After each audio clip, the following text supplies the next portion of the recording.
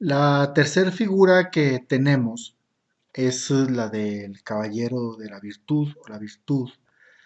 Aquí lo importante es que sigue siendo una individualidad eh, y ya no solamente es un tema de el buen corazón, sino es la búsqueda de la virtud, de la lucha específica que hace, ¿ah? Ya no es por también cambiar el mundo, pero es una perspectiva distinta a la anterior. Ahora es, eh, digamos, ejemplificada con el Quijote, y el bien universal que pretende este Quijote implica que ese virtuoso como Quijote se sacrifica su individualidad para hacer posible el bien universal. En este caso, el curso del mundo es como una rueda que no logra ser detenida ni cambiada de dirección por el caballero de la virtud, pues porque este curso del mundo prácticamente es como si se opusiera, hagan de cuenta como si tuviera una rueda, ¿va? Una llanta gigante que va caminando y lo único que se le antepone es niebla, es un poco de aire, no le hace nada, pasa sobre la niebla y esa niebla es esta utopía, porque es utopía porque no tiene, no está metida en la realidad efectiva de la rueda. Necesitan ser mecanismos internos de la rueda para que pueda cambiar, ¿ah? El rumbo y la orientación del curso del mundo. Esto es, para hacer posible que el mundo cambie, tiene que ser desde modificando los mecanismos internos de la rueda. Si se le anteponen utopías únicamente, pues es como poner únicamente aire o un poco de niebla que la rueda pasa sobre de ellos. En ese sentido, es lo que estos párrafos los usó mucho Marx para meditar el tema del socialismo utópico, el socialismo francés, y en su lugar buscó, por tanto, Marx, las fuerzas que actuaban en la realidad efectiva del capital para ver cómo los mecanismos internos de la rueda podían modificar su rumbo o en qué momento podía tomar otro camino distinto al que ahora llevaban o cuál era el destino de ese camino, ¿no? Es lo que luego los teóricos de la revolución le llamaron condiciones objetivas, o sea, los mecanismos internos de la rueda son esas condiciones objetivas, no solamente el deseo o la virtud de algún caballero que aun cuando quiera sacrificar su individualidad, pueda no hacerle nada a ese transcurso, a esa rueda del mundo, ¿ah? Entonces la conciencia idealista es individualista y abstracta, ¿ah? Y esos son los dos ingredientes de su irremediable límite, ¿no? Ese es el tema. Pasamos finalmente a la última figura de la sección de la razón, que es el reino animal del espíritu, el engaño y la cosa misma, ¿no? Vamos a ver eh, estas tres cosas que constituyen la última figura. El individuo con su acción se objetiva, genera una obra, un huerto, un libro, un poema, una teoría. Eso es una obra y la obra expresa la interioridad del individuo. Esto es objetiva esa interioridad. Eh, de tal manera que el fruto de la acción de todos constituye un tejido, y ese tejido es un tejido de interioridades, pero a través de las obras objetivas. Esto es, adquiere objetividad. El tejido de interioridades adquiere y constituye una objetividad, una sustancia objetiva. A esa sustancia objetiva, a ese tejido de interioridades objetivada, es lo que le llama la cosa. La cosa en alemán pues tenemos dos términos para que no nos vayamos a confundir. Uno es Ding y el otro es Sache, ¿no? Ding es muy parecido al inglés de think, ¿no? Las cosas como la taza, el libro, el plumón, la pluma, lo que sea. Y este es como el Sache, die Sache selbst, la cosa misma, es como el asunto, ¿va? Es esta descarnalización de la cosa. Por eso es lo que se va a constituir en el brinco, esta sustancia ética, es lo que se va a constituir en el brinco para el espíritu, ¿no? En la sección del espíritu que vamos a ver en la siguiente unidad. Entonces tenemos en este momento esto que es la cosa misma. Bien, esta cosa que es este tejido de, de cosas, de obras, de acciones, ¿no? Es un tejido de acciones humanas objetivadas.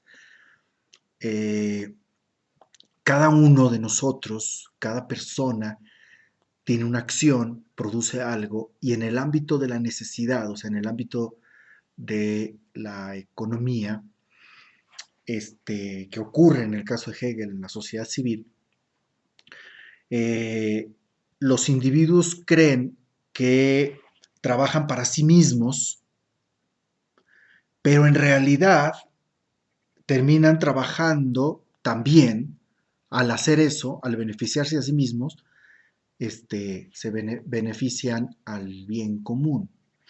Esto en realidad es una adaptación de lo que dice Adam Smith en La riqueza de las naciones, cuando y eso va a ser una especie de astucia de la razón, donde el carnicero, el herrero, el labrador, el carpintero, etcétera, hacen sus obras, pero con la idea de beneficiarse a sí mismos, a su individualidad. Esto es, tienen su conciencia, en su conciencia en sí es una conciencia individualista.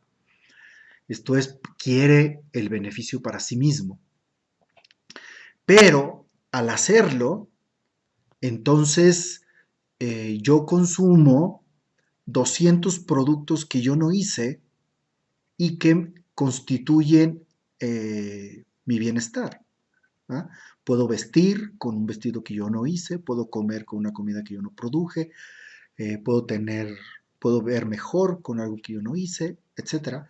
De tal manera que hay una sustancia que constituye todo ese bien común, pero con la participación de cada uno, al intentar hacer el beneficio individual, en ese momento constituyen un bien común, aun cuando no lo pretendan, ¿no? Pero eso ocurre.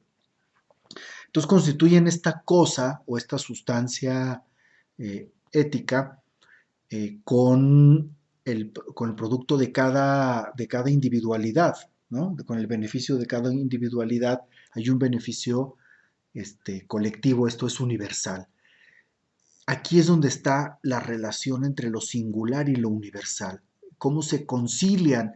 Aquí hay una conciliación entre lo singular, esto es la pretensión individual de beneficio propio, y lo universal, esto es el bien común que se consigue con ello. Hay una conciliación entre singularidad y universalidad en este momento. De tal manera que pero esta universalidad no es abstracta, sino ya tiene un nivel importante de concreción.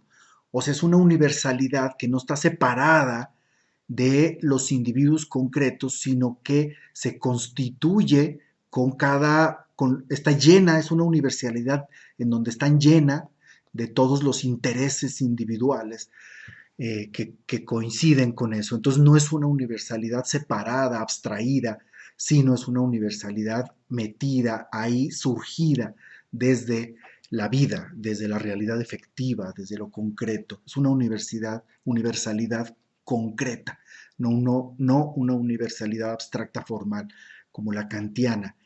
Aquí es donde ya empieza a Hegel a pensar esta conciliación entre lo singular y lo universal, pero aún es una universalidad y una conciliación en sí, ¿va? Y todavía es lo que va a constituir una sustancia ética, pero aún todavía no sujeto.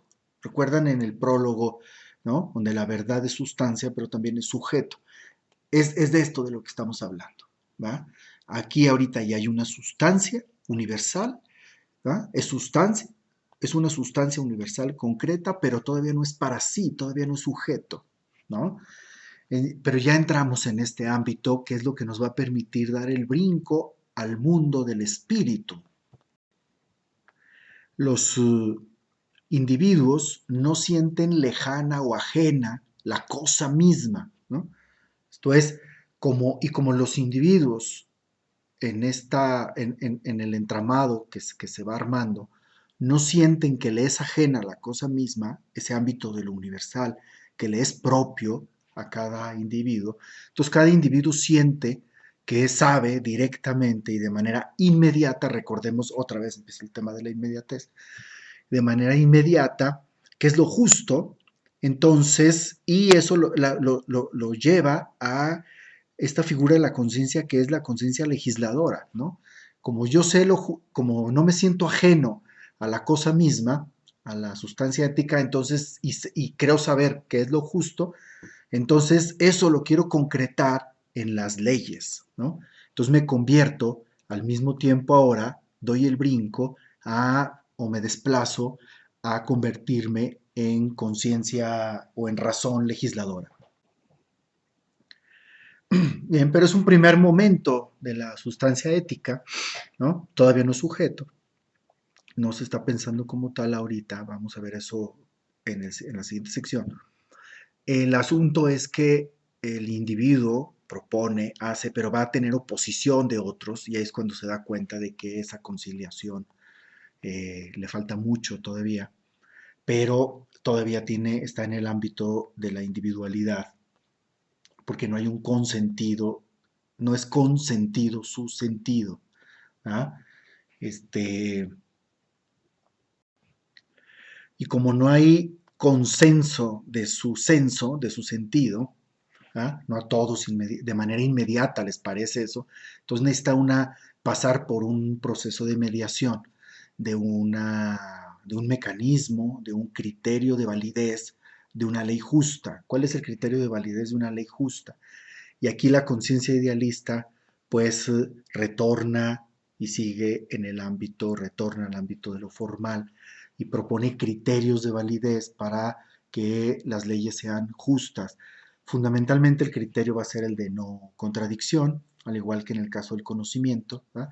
En el caso de la razón legislativa, el criterio de validez, entonces, como no hay una validación inmediata, ¿verdad? De lo que propongo, de mi sentido que se constituya en ley, lo que yo inmediatamente creo que es justo, entonces necesito pasar a un criterio de validación, que es el criterio de que no haya contradicción entre los grandes principios de justicia. Y aquí Hegel pone un ejemplo que va a ser muy importante, igual como lo hemos comentado al pasado, que como de alguna manera filósofos como Marx van a seguir este tipo de lecturas con mucho detenimiento y después las van a enriquecer desde la economía política. Eh, el tema de la propiedad, ¿no? El principio de la propiedad, donde parece que es justo, que todos somos iguales y todos tenemos derecho a la propiedad. Cuando eso lo contrastamos con la realidad efectiva, entre el principio de validez formal y la realidad efectiva, se van a generar una serie de contradicciones entre estos dos ámbitos, ¿no? Eh, Vamos a encontrar de que todo el mundo tiene derecho a la propiedad, pero ya en la realidad efectiva, yo no tengo y tú sí tienes, donde en el derecho todos somos iguales, pero en la realidad efectiva no lo somos, ¿verdad? No tenemos efectivamente la misma propiedad, ¿no? Hay unos que tienen mucha propiedad, otros menos, y ahí empieza a haber esa contradicción entre el principio y la realidad efectiva, entre el ámbito, digamos, del reconocimiento del derecho y el ámbito de la economía, ¿no? En suma, el criterio de validez de la ley para hacerla universal ha fracasado, ¿verdad? Para hacerla universal en forma concreta ha fracasado, porque la ley aún es abstracta y separada de la realidad efectiva de la realidad de las personas, ¿no? Pero ya entramos al tema de la sustancia ética, ya, y aquí va a empezar a generarse una serie de desplazamientos y de la experiencia, pero ya del espíritu, ya vamos a entrar de lleno a lo que ya no es solamente la fenomenología de la conciencia individual, sino la fenomenología del espíritu, ¿no? Y eso viene precisamente en la sección que viene, ¿no? Esta parte nos permite conectar. Y así como la parte del entendimiento nos permitió conectar la conciencia con la autoconciencia, y las dialécticas amo y esclavo nos permite conectar con la siguiente figura y así nos van generando estas conexiones. Ahora, esta parte que acabamos de comentar, que termina con la meditación de esta sustancia ética, con este proceso de contradicción, nos permite conectar con el mundo del espíritu, ¿no?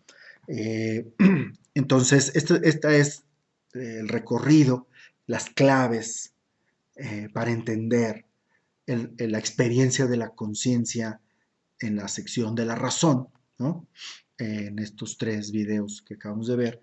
Y les sugiero que las personas o los de los alumnos que quieran ver con mayor detalle cómo va ocurriendo la argumentación y quieren apoyarse porque sienten que, que Hegel les sigue resultando un poco oscuro, me parece que para esta sección del espíritu yo recomiendo la lectura de Jean Hippolyte, ¿no? Génesis, estructura de la fenomenología del espíritu de Hegel, ¿no? Por ahí tengo yo la versión digital del libro, ¿no? Se las voy a poner por ahí para que el que quiera hacerlo con mayor precisión pueda hacerlo, ¿no? Es un excelente libro, es uno de los grandes clásicos. Hippolyte también, pero ese es mucho más para el ámbito del espíritu, ¿no? Collège, ¿no? Y sobre todo las lecturas más de corte marxista. Collège va a ser muy importante los cursos que utilizó y que fueron muy importantes para la filosofía del siglo XX, la interpretación de Hegel en el siglo XX. Entonces, con eso terminamos nuestros 3 videos sobre la sección de la razón. Ánimo para hacer las tareas y todo lo que se les indica en la plataforma.